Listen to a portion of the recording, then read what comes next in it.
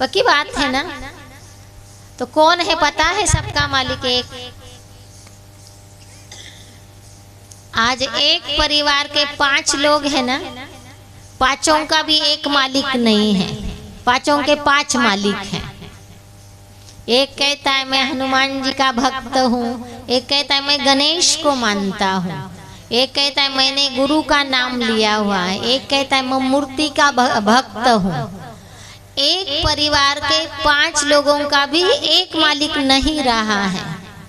तो विश्व में एक मालिक कौन है यही पता नहीं है। हम मंदिर में जाते हैं और हम सभी एक फैमिली वाले लोग मंदिर में जाके ये आरती गाते हैं, तू मात पिता हम बालक तेरे। भगवान को क्या कहते हैं? तू हमारा माता पिता है, हम तेरे बच्चे हैं। सभी है ना, सभी बच्चे हो ना। तो अगर हम बच्चों को पूछा जाए कि बताओ बाप का नाम क्या है, क्या बताओगे? सबका मालिक एक है, तू माता पिता हम बालक तेरे। तो बालकों को पता तो चाहिए ना बाप का नाम क्या है। बाप एक होता है और बच्चे अनेक होते हैं। तो एक बार मंदिर में 10 लोग खड़े थे और 10 लोगों को पूछा गया कि बताओ आप किसकी आरती गा रहे हो, कौन है माता पिता, जरा परिचय कराओ। पहले को पूछा बता कौन है वो, तो उसने कहा भाई वो नाम रूप से न्यारा है। अब ये कोई परिचय है क्या? बताओ माता पिता का नाम भी नहीं रूप भी नहीं, क्योंकि उसने बचपन से यही सुना हुआ है कि वो नाम रूप से न्यारा है। दूसरे को पूछा तू परिचय दे, कौन है माता पिता? वो कहता है भाई आत्मा ही परमात्मा है। अब हर देह को चलाने वाली आत्मा है, वो परमात्मा कैसे हो सकती है? उसने कहा आत्मा सो परमात्मा। तीसरे को पूछा तू बता भाई कौन है वो? तो उसने कहा कन कन में भगवान है, कहा नहीं है वो, तेरे में मेरे में सब में है। बताओ बाप का ये परिचय दे रहे हैं कि तेरे में मेरे में सब में है। चौथे को पूछा तू किसकी आरती गा रहा है, तू बता माता पिता कौन है? तो वो कहता है भाई मैं तो मूर्ति पूजक हूँ, राम कृष्ण हनुमान जी गणेश जी मैं इनको मानता हूँ, उसकी अपनी मान्यता है। पांचवे को पूछा तू बता कौन है वो माता पिता? तो वो कहता है भाई माँ बाप से बड़े कोई भगवान नहीं होते, मेरे माँ बाप ही भगवान है, उसकी अपनी मान्यता है। छठे को पूछा तू बता कौन है वो माता पिता? तो उसने कहा भाई मैंने तो गुरु से नामदान लिया हुआ है, मेरे गुरु ही मेरे लिए सब कुछ है, उसकी अपनी मान्यता है। सातवें को पूछा कौन है वो? तो वो कहता है शिवोहम मैं ही भगवान हूँ। दुनिया में ऐसे भी लोग हैं जो अपने को भगवान कहलाते हैं। आठवें को पूछा तू बता वो कौन है? तो वो कहता है प्रकृति ईश्वर है, पृथ्वी जल अग्नि वायु आकाश। अग्नि भगवान है, झाड़ भगवान है, सूर्य भगवान है, वो उसको मानता है। 9वें को पूछा तू बता कौन है? वो कहते नेति नेति वो तो बेअंत है, उसका तो अंत ही नहीं पा सकते। और 10वें को पूछा तू बता वो कौन है? वो कहता है भगवान हो या नहीं हो मुझे क्या लेना देना, खाओ पियो आयुष करो। अब आप सोचिए कि हम एक मंदिर में एक छत के नीचे ये आरती गा रहे, तू माता पिता हम बालक तेरे, और पूछा जाए बाप का नाम बता तो किसी को ही पता नहीं है। और इसी कारण इतने धर्म, इतने संप्रदाय, इतनी भिन्नताएं, धर्म के नाम पर लड़ाई झगड़े मतभेद अत्याचार लड़ाइयाँ हो रही हैं। कहने में कहते हैं हिंदू मुस्लिम सिख ईसाई आपस में सब भाई भाई, सबका मालिक एक है। तो कौन है वो एक मालिक? वो है शिव। और वो शिव स्वयं धरती पर अवतरित होके अपना परिचय देते हैं। गीता में 3 शब्दों में परमात्मा का परिचय है, मैं अजन्मा, अभोक्ता और अकाय हूँ। अब आप ये 3 शब्द श्री कृष्ण के साथ जोड़िए कि मैं अजन्मा हूँ। अब श्री कृष्ण जी ने तो जन्म लिया है, उनका तो इतना लंबा चौड़ा जन्म की कहानी है। हम जन्माष्टमी मनाते हैं तो जरूर यह अजन्मा और कोई है। मैं अकाय हूँ, मुझे काया नहीं है तुम्हारे जैसी। एक तो मैं जन्म मरण के चक्कर में नहीं आता हूँ, दूसरा मुझे काया नहीं है तुम मनुष्य जैसी। श्री कृष्ण की तो मनमोहक काया है, आकर्षित करने वाली। जरूर और कोई शक्ति अकाय। मैं अभोक्ता हूँ, मैं कुछ खाता पीता नहीं हूँ, क्योंकि मुझे अपना शरीर नहीं है। तो श्री कृष्ण को तो मक्खन खाते हुए, हर चीज खाते हुए दिखाया है। तो वो कौन है वो सत्ता जो अजन्मा, अभोक्ता और अकाय है? वो है निराकार ज्योति स्वरूप शिव, जिनका दिव्य स्वरूप है प्रकाश स्वरूप। और इसी कारण अपने भारत देश में कोई भी शुभ कार्य करते हैं तो दिया जगाते हैं, वो परम ज्योति है। अब इस ज्योति को सारा संसार भगवान मानता है, सबका मालिक है। अगर मान लीजिए हम कहेंगे भाई श्री राम ईश्वर है, तो हम हिंदू लोग तो कह देंगे श्री राम ईश्वर है। अगर मुस्लिम भाई बहनों को श्री राम ईश्वर है तो वो क्या कहेगा कि आप हिंदुओं का होगा, हमारा नहीं है, यही बोलेगा ना। तो सबका मालिक हो सकता है क्या? फिर सबका मालिक एक माना जिसको सभी माने कि हाँ यही है। तो शरीरधारी को सभी नहीं मान सकते। आप सोचो, अगर ईश्वर किसी माँ की कोख से जन्म लेता, मान लो आपके चैया में जन्म लेता, किसी जाट फैमिली में जन्म लेता, परिवार में, तो यहाँ के सारे जाट भाई बहन इकट्ठे होके क्या कहते? हमारा है भगवान। होता ही नहीं होता। भाई कोई ब्राह्मण परिवार के जब मुख्यमंत्री बने ना, तो हमारे इधर आने वाले ब्राह्मण थे ना, इतने राजी का हमारा मुख्यमंत्री है दीदी। तो आप सोचो, भगवान किसी भी चीज के बंधन में नहीं बनता है, वो किसी माँ की कोख से पैदा नहीं होता है। भगवान वो परम शक्ति है जिसके कोई माता पिता गुरु शिक्षक नहीं, वो सारे संसार का माता पिता गुरु शिक्षक है शिव। तुम ही हो माता पिता, तुम ही हो बंधु सखा, तुम ही हो साथी, तुम ही सहारे, कोई ना अपना सिवा तुम्हारे। वो शिव ज्योति है। और उस निराकार की पूजा अर्चना करने के लिए हिंदू धर्म में शिवलिंग का निर्माण किया। भक्तों को ये लगा कि भाई ज्योति के ऊपर जल चढ़ाना, दूध चढ़ाना, प्रसाद चढ़ाना, तो उनको अव्यवस्था लगी कि भाई पूजा कैसे करेंगे दिए की, ज्योति की। तो भक्तों ने अपनी व्यवस्था के लिए शिवलिंग का निर्माण किया और शिवलिंग का नाम रखा ज्योतिर्लिंग। लिंग माना होता है चिन्ह, और ज्योतिर्लिंग माना ज्योति स्वरूप परमात्मा की पूजा करने के लिए वो चिन्ह है, वो शिवलिंग। परमात्मा तो ज्योति स्वरूप है, लेकिन हमने एक आकृति दे दी ताकि हम आराम से पूजा कर सकें। भारत देश में सबसे अधिक मंदिर है शिव बाबा के, सबसे अधिक मंदिर, क्योंकि शिव बाबा हमारे शरीर का पिता नहीं है, ये बात समझ लो। हमारे शरीरों के माता पिता सबके अलग अलग हैं। इस देह के अंदर जो ज्योति है आत्मा अविनाशी, अविनाशी आत्मा के पिता है परमात्मा शिव।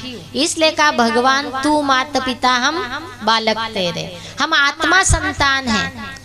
तो शिवलिंग की पूजा रामचंद्र जी ने भी की। आपने देखा होगा राम जब रावण पर चढ़ाई करने निकले तो शिवलिंग स्थापन किया, शिव की पूजा की, साधना की, शिव से शक्ति ली रावण को मारने के लिए। इसलिए आज दिन तक दक्षिण भारत में एक मंदिर है जिसका नाम है रामेश्वरम। राम का भी ईश्वर है शिव बाबा। तो 4 राम बताए जाते हैं। एक राम है दशरथ का बेटा राम, जो अयोध्या के राम, त्रेता युग के। दूसरा राम है घट में लेटा, माना आत्मा, किसी के प्राण निकल जाते का राम निकल गया। चौथा राम सारा जग सकल पसारा, तीसरा राम सारा जग सकल पसारा, और चौथा राम ऊपर वाला सारे जग से न्यारा।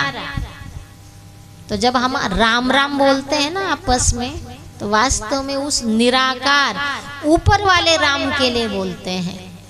तो हिंदू लोग सबसे जास्ती भक्ति जो है शिव की करते हैं।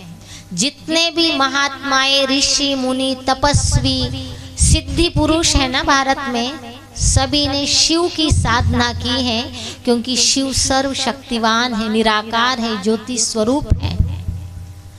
फिर श्री कृष्ण ने भी शिव की पूजा की है, इसलिए मंदिर बना है गोपेश्वरम, श्री कृष्ण का भी ईश्वर। तो राम और श्री कृष्ण जो है वो निराकार रचयिता की सर्वश्रेष्ठ रचना है। वो भी बच्चे हैं, लेकिन सर्वश्रेष्ठ रचना है भगवान की राम श्री कृष्ण, और इसीलिए वो हमें इतने आकर्षित करते हैं। ये देवियां निराकार शिव की रचना है। जितने भी 33 करोड़ देवी देवताएं हैं वो निराकार शिव की रचना है। फिर आप सिख धर्म में जाओ, गुरु नानक देव की एक अंगुली हमेशा ऊपर है, और गुरु नानक देव कह रहे हैं एक ओंकार निराकार निर्भय निर्वैर अकाल मूरत एक ओंकार सतनाम। गुरु नानक देव ने कभी नहीं कहा मैं भगवान हूँ, हमेशा कहा वो एक ओंकार निराकार है, अकाल मूरत है, उसको काल नहीं खाता है, अजोनी है माना वो योनियों में नहीं आता है, युगानी सत है भी सत, नानक होसी भी सत, सत्यम शिवम सुंदरम। सत्य कौन है? जो युगान युगे सत्य है, शिव हमेशा सत्य है। फिर आप ईसाई धर्म में जाओ, जो अंग्रेज लोगों का धर्म गुरु है यीशु ख्रिस्त, क्राइस्ट ने कहा गॉड इज लाइट, भगवान प्रकाश स्वरूप है, गॉड प्रकाश स्वरूप है, मैं गॉड का बच्चा हूँ, मैं दूत हूँ, गॉड लाइट है, उसको याद करो। उन्होंने भी उस लाइट की तरफ इशारा किया। फिर आप जैन धर्म में जाओ, महावीर स्वामी बोलते हैं ज्योति स्वरूप अरहंत, वो तो ज्योति है। गौतम बुद्ध बौद्ध धर्म के धर्म पिता, वो जब ध्यानावस्था में बैठे तो उनको प्रकाश का साक्षात्कार हुआ, और उन्होंने अपने धर्म के लोगों को कहा परमात्मा तो प्रकाश स्वरूप है। हर धर्म वाला परमात्मा को प्रकाश स्वरूप में स्वीकार करता है। अब रह गई बात मुस्लिम धर्म की, जब सबका मालिक एक है तो मुस्लिम भाई बहनों का अल्लाह अलग नहीं है। ये मुस्लिम भाई बहनें जाते हैं मक्का में, उनकी मस्जिद है संगे अस्वद नाम की, और उस मस्जिद के बाहर एक शिवलिंग के आकृति से मिलता जुलता एक पत्थर है, बिल्कुल मैच खाता है। हम हिंदू लोग शिवलिंग बनाते हैं, और उन लोगों ने वो पत्थर लगाया, उसका नाम है काबा पत्थर या पाक पत्थर, और बहुत पवित्र पत्थर मानते हैं। और हमारे मुसलमान भाई बहने जब नमाज पढ़ते हैं तो ये बोलते हैं नूरे इलाही, अल्लाह नूर है। नूर माना होता है प्रकाश, और इसलिए का सबका मालिक एक है। कोई उसको ज्योतिर्लिंग कहता है, कोई उसको एक ओंकार निराकार कहता है, कोई उसको गॉड इज लाइट कहता है, कोई उसको ज्योति स्वरूप अरहंत कहता है, कोई अल्लाह नूर कहता है, कोई उसको खुदा कहता, कोई रब कहता, कोई अल्लाह कहता, कोई ईश्वर कहता, कोई मालिक कहता, कोई भगवान कहता है। और वो भगवान धरती पर आता है जिसका यादगार मनाते हैं शिवरात्रि। और जब हम शिवरात्रि की बात करते हैं तो हमारे सामने शंकर जी भी होते हैं, लेकिन शंकर जी भी उस निराकार शिवलिंग की साधना करते हैं, क्योंकि शंकर जी भी शरीरधारी हैं। और भगवान कहता है मैं अकाय हूँ, मैं निराकार हूँ। शंकर जी को केवल हिंदू लोग मालिक मान सकते हैं, अन्य कोई भी जाति धर्म वाला भगवान के रूप में स्वीकार नहीं करेगा। और शंकर की फोटो आपने देखी होंगी, कोई भी मूर्ति देखो शंकर की, आधे नेत्र खुले हैं, पलाथी मारे बैठे हैं, और शिवलिंग के ऊपर अपना ध्यान केंद्रित किए हुए हैं। स्वयं शंकर जी भी शिवलिंग का ध्यान लगाते हैं। ये जो दो प्रतिमा बनी है, एक शिवलिंग की प्रतिमा और एक शंकर जी की प्रतिमा, जब दो चित्र है तो अर्थ भी दो है। दो चित्र अपने सामने रखेंगे और पूछेंगे एक है, कहेंगे नहीं दिखने में तो अलग अलग है। जब शंकर की मूर्ति देहधारी है, शिवलिंग निराकार है। जब प्रतिमा ही दो है तो दो चीजें दो है। स्वयं शिव ने आकर ये सत्य ज्ञान हम सभी आत्माओं को दिया और स्वयं शिव ने भारत की कन्याओं माताओं को ये ज्ञान देकर ये ज्ञान का कलश बहनों के सिर पर रखा और बहनों को बोला कि जन जन को जाके ये ज्ञान का दान करो और शिव से शक्ति लेके ऐसी माँ दुर्गा बनो, जिससे शिव से शक्ति लेके हम दुर्गुणों पर विजय प्राप्त कर सकते हैं। तो ऐसे सत्य शिव शिवरात्रि, दो ही रात्रि मनाई जाती है, एक है शिवरात्रि, एक है नवरात्रि। कभी सोचा क्या अर्थ है? शिव भी रात्रि में आता है और ये नौ देवियां भी रात्रि में आती हैं। कौन सी रात्रि? 12 घंटे की रात नहीं, पाप की रात, अज्ञानता की रात, भ्रष्टाचार की रात है वर्तमान समय।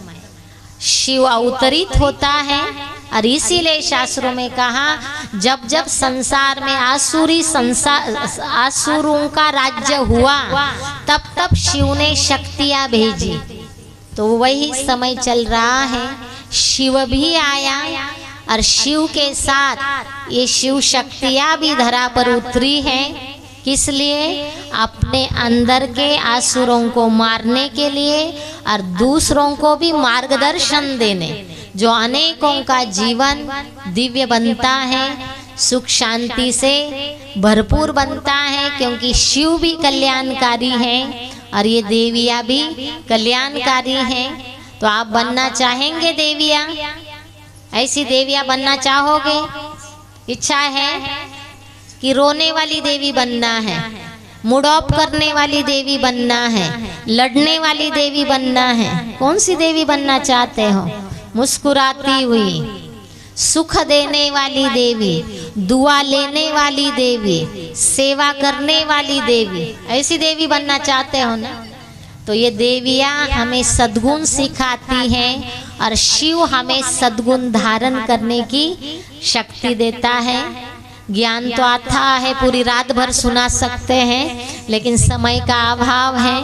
आगे भी 20 साल पहले आपके चैया में बहुत हमने ज्ञान सुनाया है लगातार। मुझे याद है 10 सालों तक मैं यहाँ आती रही हूँ, इस मंदिर में ही कोर्स कराया है। ज्ञान तो आता है। आप लोग अगर ये ज्ञान सुनना चाहेंगे तो आप जरूर हमें बुलाइए, कोई स्थान पर बिठाइए, आपको आके सुना देंगे रोज का 1 घंटा, अगर आपकी चाह ना हो तो। क्योंकि यह अथाह ज्ञान है, एक दिन में तो ये समाप्त नहीं होने वाला।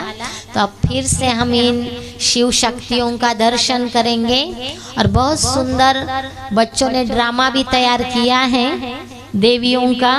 तो एक बार आप देवियों के दर्शन करेंगे और साथ साथ ही जो हमारे ड्रामा करने वाले बच्चे हैं उनका ड्रामा भी कराया जाएगा और उसके पश्चात हम देवी की आरती भी करेंगे और गरबा भी खेलेंगे।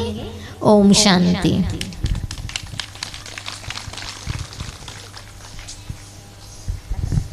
बहुत बहुत धन्यवाद।